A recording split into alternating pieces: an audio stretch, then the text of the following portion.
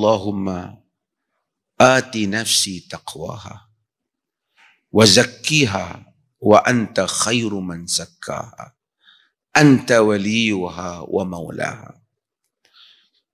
Ya Allah, datangkanlah pada diriku ini pembersihannya.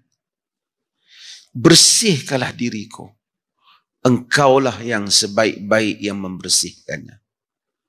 Engkaulah yang dapat memenangkannya. Dan engkaulah empunyanya.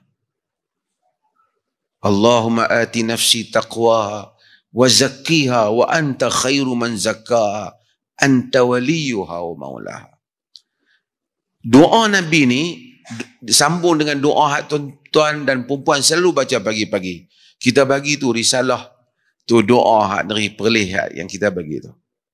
Pagi-pagi kan kita doa, Allahumma inni a'udzubika minal ajzi wal kasal. Ya Allah, aku minta daripadamu apa? Daripada lemah dan malas.